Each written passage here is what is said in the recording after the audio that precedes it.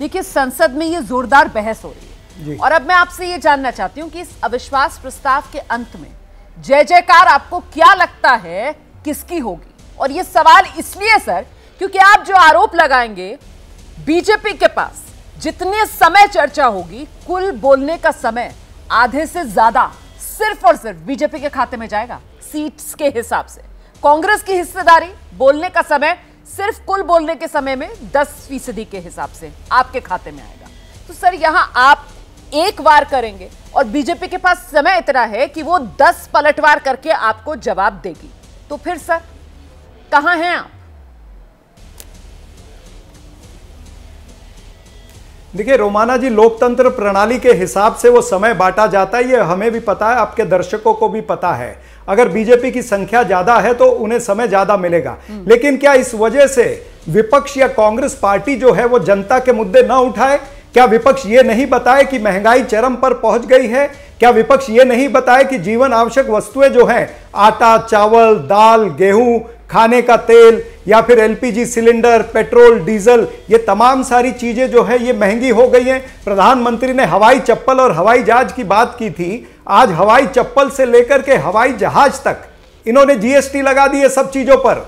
Hostel पर GST, rental income पर GST, आपके जो उबर ओला में जाते हैं उस पर जीएसटी, यानी पहनने के या ढकने के कपड़े, आपके जो कब्रिस्तान है या आपकी श्मशान भूमि है वहां पर भी जीएसटी लग गई है। तो जिस तरह से इस सरकार ने आतंक मचाया है गब्बर सिंह टैक्स का, जिस तरह से महंगाई बढ़ी है, हंगर इंडेक्स पर हम निचले पायदान पर पहुंच गए हैं। हर तमाम इंडेक्स पर सुप्रिया सुले जी बोल रही थी, उन्होंने सब गिन के बताया, मैं फिर दोहराना नहीं चाहूंगा। तो सरकार की कमियां क्या विपक्ष को नहीं गिनानी चाहिए? मैं तो यहाँ पर बारी बारी सबको इक्वल समय दे रही हूँ, लेकिन संसद में जब विपक्ष की तरफ से आरोप लगाए जाएंगे तो फिर सत्ता पक्ष के पास समय ज्यादा होगा सर, पलटवार करने का और आईना दिखाने का। ऐसे में जो 24 चुनाव को लेकर यह माना जा रहा है कि नैरेटिव एक सेट हो जाएगा इस अविश्वास प्रस्ताव पर चर्चा से, तो फिर इसमें तो अपर एज जो है, एडवांटेज जो है, माधव आनंद सीधे सीधे सत्ता पक्ष को मिलता हुआ नजर आ रहा है। माधव आनंद। रुमाना जी देखिए, एडवांटेज की बात नहीं है, यह वन साइडेड मैच है।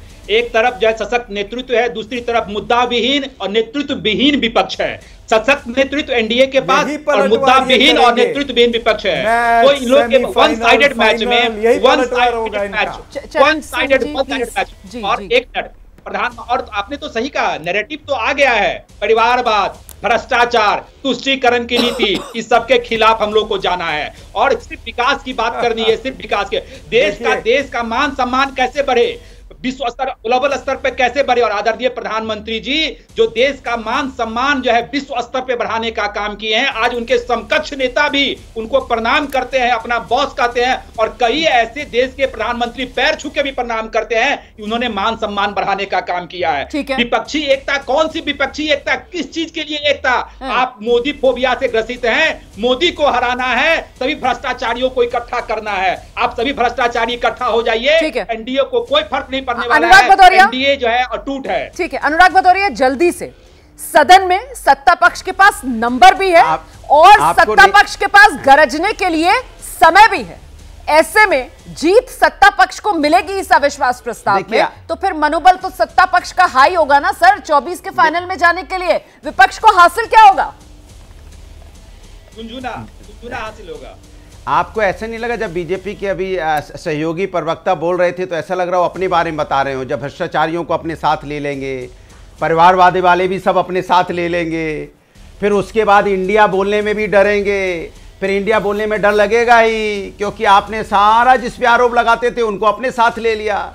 इंडिया तो मतलब होता है महिलाओं समस्या पे चर्चा करो, इंडिया मतलब होता है किसान की समस्या का समाधान हो, इंडिया मतलब होता है देश के युवाओं को आगे बढ़ने का मौका मिले, इंडिया मतलब होता है कि लोग अपने पैरों पे खड़े हों, देश में खुशहाली हो। यही तो इंडिया है, महंगाई कम हो, बेरोजगारी खत्म हो जाए, इसी को इंडिया बोलते हैं, जिसको बोलने में आप डर रहे हो। आपका एनडीए, एनडीए मतलब आओ सब आओ, भ्रष्टाचार में अगर लिप्त हो हमारे पास आओ, हम आपको मंत्री पद दे देंगे, उसके बाद आपको अपने पास बैठा लेंगे, फिर आपका सम्मान भी करेंगे, ये आपके पास है। अच्छा, बड़ी बात कह देते हैं आप बार बार कि देखिए तो हम तो सेमीफाइनल तो जीत ही चुके हैं, महिला सम्मान पे चर्चा होना सेमीफाइनल फाइनल की बात नहीं होती है। ये हम हारे या जीते अलग बात है, इसको आप फाइनल और सेमीफाइनल मत जोड़िए। हमारी देश की अस्मिता की बात होती है, हमारी देश की भारत माता की बात है, हमारे देश की बेटियों की बात है। इसमें चुनाव से मत जोड़िए, इसको हार जीत से मत जोड़िए। उनके सम्मान की रक्षा कैसे हो इस पर चर्चा कीजिए, कैसे उनका सम्मान बचाया जाए इस पर चर्चा होनी चाहिए। इसको आप हार जीत से जोड़ देते हो। क्या हमारे देश की महिलाओं पर चर्चा होने लगेगी तो आप हार जीत से सदन में दो पालों में बंटकर हो रही है, एक तरफ इंडिया है, दूसरी तरफ एनडीए है। तो कुल मिलाकर सैयद जफर इस्लाम साहब, ये 24 के चुनाव से पहले एनडीए वर्सेस इंडिया, इसी का सदन में टेस्ट। देखिए, विपक्षी तो पार्टियां जो है वैसे एक दूसरे से खार खाती है, ये दिखाने के लिए साथ आई है। आप देखिए, जब 2024 आते आते सब बिखर जाएंगे, सारी पार्टियां बिखर जाएंगी कि इसलिए कि इनको किसी से, जनता से तो थोड़ी चिंता है। जनता की चिंता होती तो बहुत कुछ कर लेते जनता के लिए, लेकिन जहां भी सरकार रही वहां करप्शन किया और जहां भी सरकार में रहे वहां करप्शन किया। बाद जनता ने इनको बिल्कुल खारिज कर दिया है। 2024 आने तक या आपस में जो सत्ता की लड़ाई और भूख, और जो भूख पे जो इनको एक साथ आए हैं, वही लगेगा कि कोई दूसरा हमसे बड़ा हो रहा है तो अपना हाथ छोड़ देंगे, अपना हाथ खींच लेंगे। पत्रकारिता कोई इमोशन नहीं है, ना अपना कोई ज्ञान देना है और ना कोई विचार थोपना है। पत्रकारिता क्या है? पत्रकारिता का मतलब है सही जानकारी इकट्ठा करना और तथ्य बताना। पत्रकारिता आज जितने महत्वपूर्ण दौर में है, शायद पहले नहीं थी। इस दौर से निकलने के लिए सिर्फ सच दिखाने की जरूरत है, वो सच जो आपके हित को आगे रखे। इसलिए अब रात 9 बजे प्राइम टाइम नहीं होगा, ये आपका टाइम है। जगविंदर पटियाल के साथ देखिए पब्लिक इंटरेस्ट, सोमवार से शुक्रवार रात 9 बजे सिर्फ एबीपी न्यूज पर। एबीपी न्यूज आपको रखे आगे।